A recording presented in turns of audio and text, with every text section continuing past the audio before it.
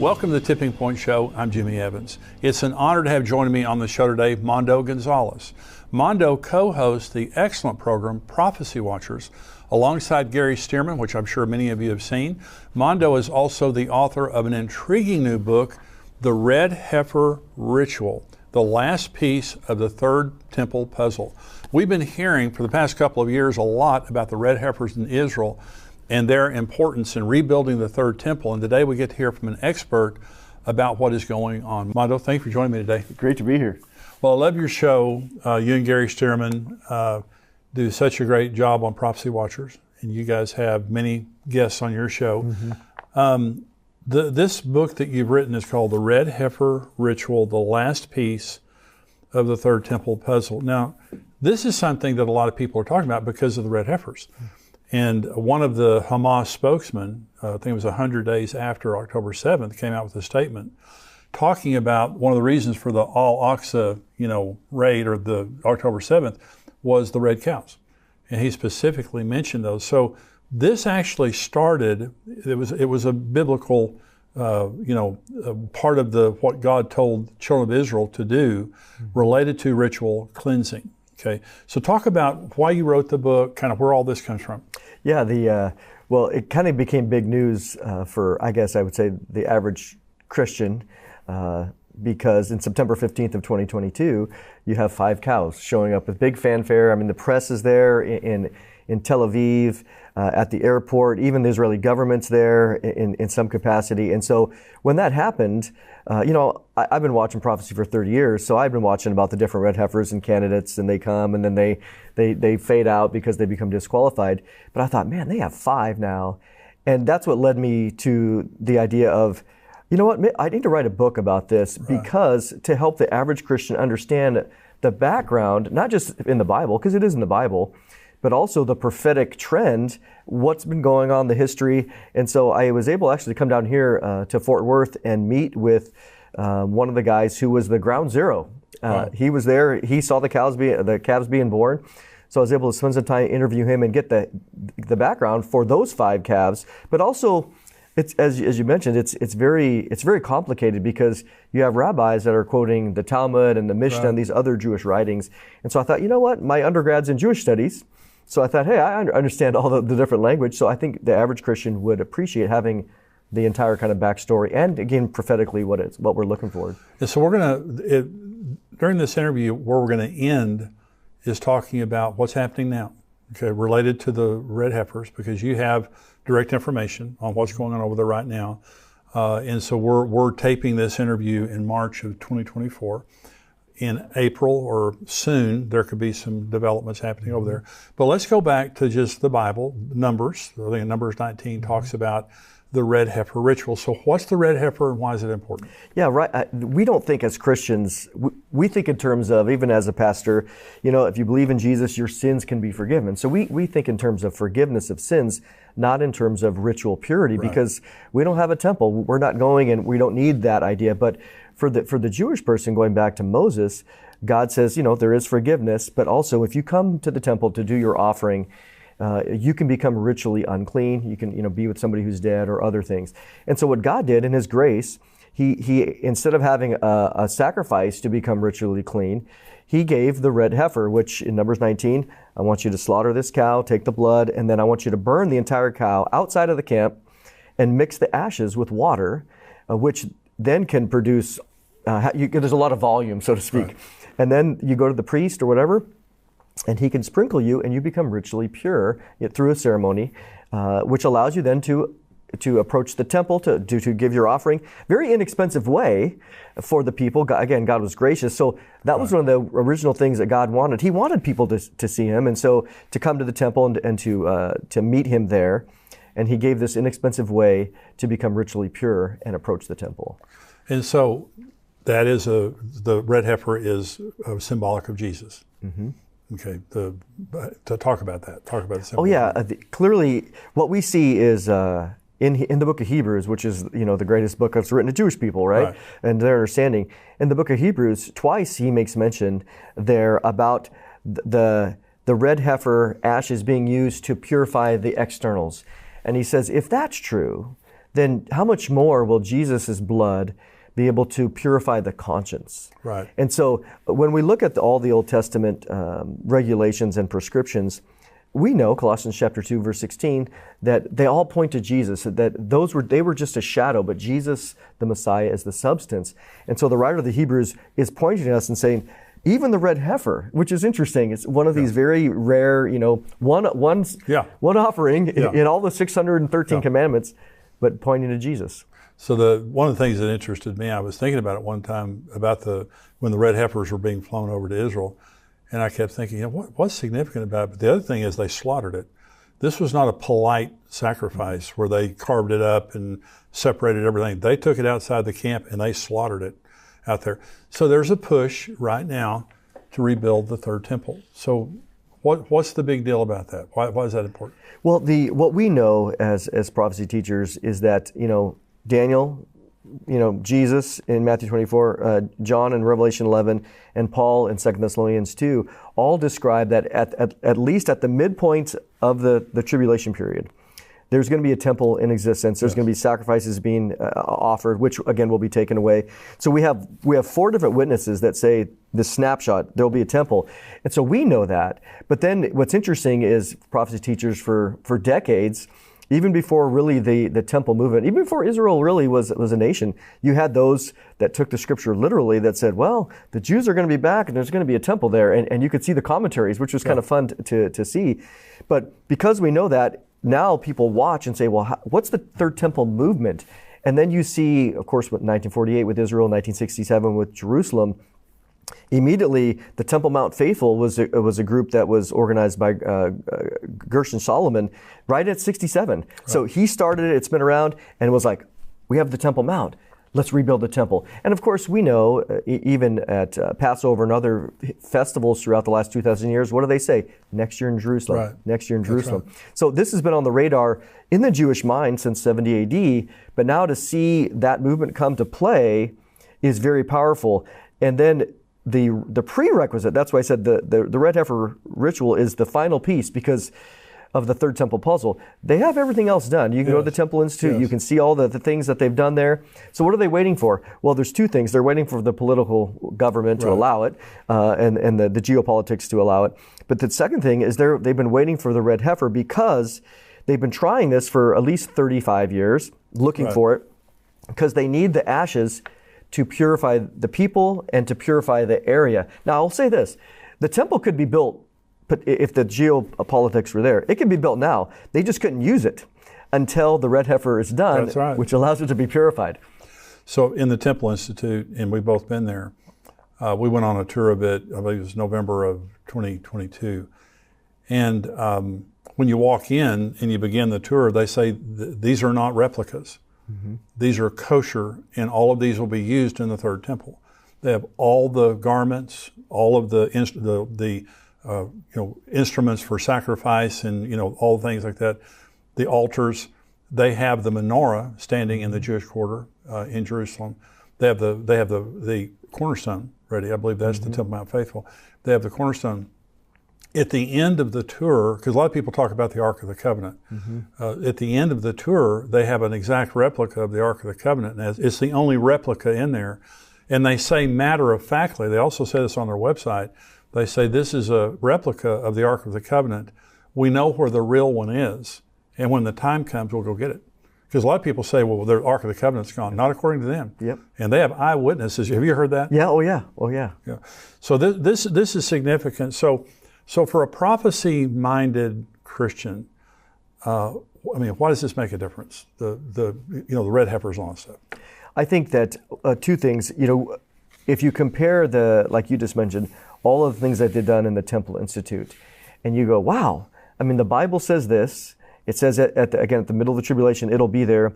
Well, they have all the preparations done. And then the last thing that's been hanging out there for a long time has been the red heifer. And now we can talk about how many are qualified in that. But now you at least started with 5 candidates. And I think the average person would have to say, we're getting close. We're getting close. It's one thing to see, I've been going to Jerusalem for 20 years. And it's one thing to see the Temple Institute and that. And that's good. But when the last piece is there, and there's five, there at least originally was five candidates, I think that the average Christians just go, I need, again, Jesus is coming soon. We know that all these signs point to it. And of course, it requires us to be ready, and also to be, occupying until He comes. So to me, it's an impetus to stay busy in the kingdom work, to seek the Lord, to be ready at all times, and to be excited of. We know that Jesus is returning not only at the rapture, but also to fix the world. That's right. So, are there things happening right now in Jerusalem? They have the 5 red heifers now. It's my understanding that one of them has been found not kosher. Is that correct? Yeah. I just got the update a couple weeks ago from Byron Stenson, who works at he's the organizer of Mondo Israel. Right. So he said there's a lot of misinformation out there. Even at the Temple Institute Facebook page, you see, I don't know who's moderating it, but he said very clearly, and he's in the know. I mean, he's the one that brought him over. So he said one is 100% disqualified. He said there's 4 left that are fully qualified. He said, but one of them is just not as red as the other 3. So I imagine if they were to pick one, they wouldn't pick that one. They would pick one of the other 3. So right now, that's the latest information on the qualifications of the red heifers. So 3 are kosher. Mm-hmm. Okay. And is there a plan to go? When can they? Because I think they have to be like 2 years and 1 day old or something like that. They have to be, this is another thing too, that there's a lot of misinformation out there. They have to be 2 years and 1 month old. 1 month. And when you look at the Temple Institute page, which they have a lot of stuff on the red heifer, it's been there a long time on their internet page, but they say 3 years, 3 years, 3 years, even a book by Rabbi Richmond, which I have, which he wrote back in the 90s, 3 years. But what they mean by that is different than what we mean. Sure. When they say 3 years, they mean in the 3rd year. So for us, if my grandson if I say he's 3, that means he's 36 months plus something. Right. But for them, that just means that he's 24 months plus whatever, because then he's in his 3rd year, and that's really the idea. Well, we also know that, and I've confirmed this from Byron and Robert Mawiri, who's down here in Fort Worth, who was there, that their birthday was October 5th through the 12th of 2021. So basically, October of 2023, they became 2 years. So if you go to November 15th, 2 years and 1 month. So they've actually been, this is the interesting thing, and I'm not a sensationalist, but for the first time in 1900 years, as of November 15th of last year, we have at least 3, possibly 4 red heifers that are fully qualified and of age. Wow. First time in 1900 years. Is there a plan that you know of to sacrifice, to slaughter them in the near future? So the plan starting about 6 months ago, even earlier, last summer, they were waiting for them to become qualified in November. And so I was thinking, they could really do something in November. But what they talked about was waiting until Passover, which is Passover 2024, which is April 22nd of this year. And they said, well, this was the Temple Institute and the Mondo Israel group. They said, well, the plan is to do the ceremony on the Mount of Olives. They have the property. Yes. And it has to be done on the Mount of Olives. It has to be done on the Mount of Olives. The Mishnah, which is the oral tradition written down 200 AD, says very clearly that. And they have the property there. There's actually 2 properties that are potentials. But they said between Passover and Shavuot, which happens to be June 12th. Now, they chose that window just because they wanted to coincide it with some Jewish festivals, because during the Jewish festivals, there's more interest and there's excitement. And I remember asking Byron in an interview I did with him, does it need to be on there? He said, no, it doesn't need to be. That's just, we wanted to bring it up. Well, at the time, this was prior to October 7th. And even later, as we heard about with Hamas, I was always skeptical, honestly, that they would do it that way. Byron had told me that he said, "Hey, pray for me. I'm working on trying to get live stream for 800 million people." Oh gosh! But that was I would be watching. Yeah, but that was before Hamas came out and said what they said. Right. So what he did tell me was that the Israeli government prior to that was very pro-ceremony. They were going to help with the security on the Mount Olives because, as you know, on that east side, Silwan is right there to the south. It's a Palestinian area, and so to have this big bonfire of a cow would draw a lot of attention. So they talked about having security. Where now he told me, Mondo, that the Israeli government is now very much against having this ceremony at this time. Oh wow! So that has been a big change.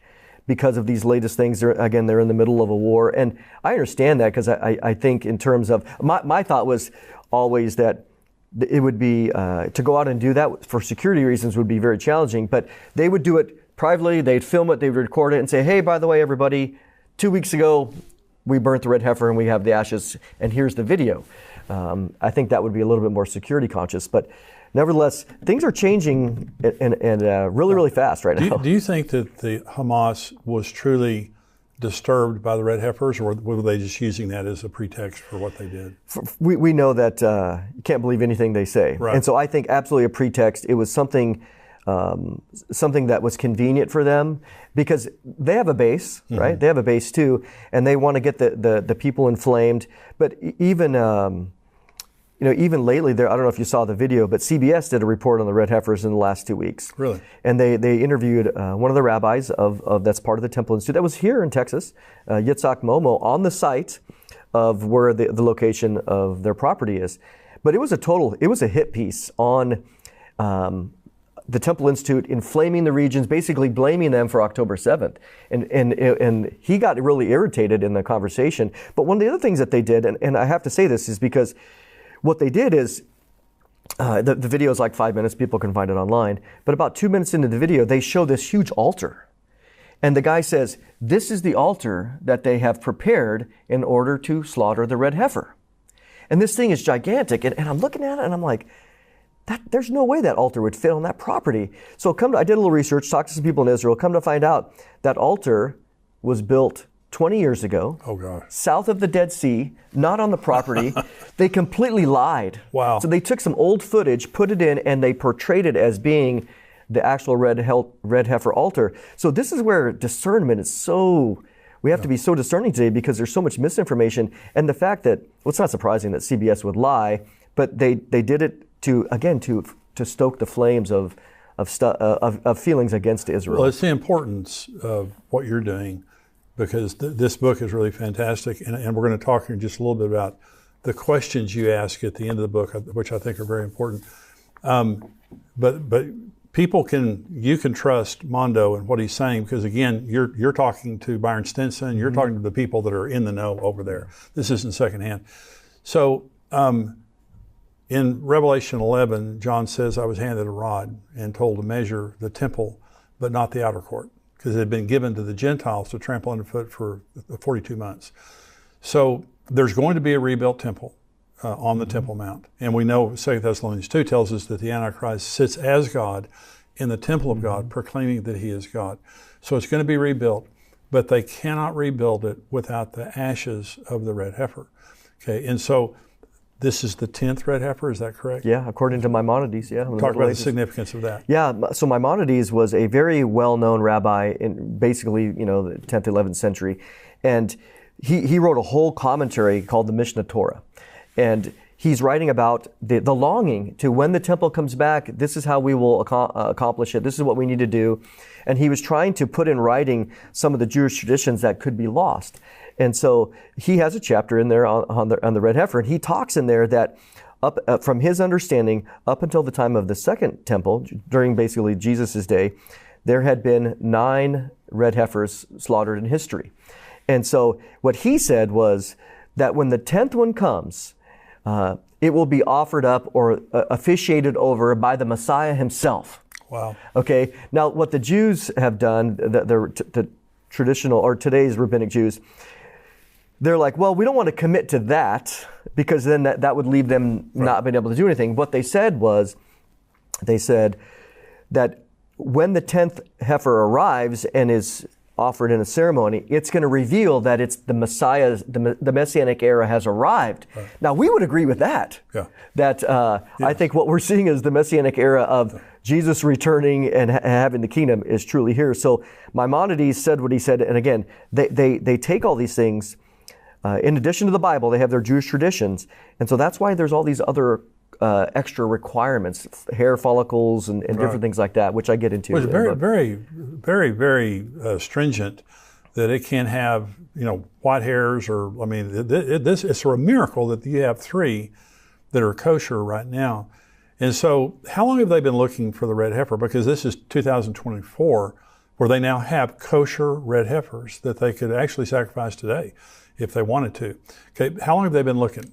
They've thought about it for a long time, but the modern movement began really in the 80s into early in the 90s, going to Mississippi. This isn't the first time rabbis have come to America. Right. Yeah. They came to Mississippi. Clyde Lott, in Rabbi Richmond's book, he's got a picture of him, of the heifer that was at least a candidate. It later became disqualified.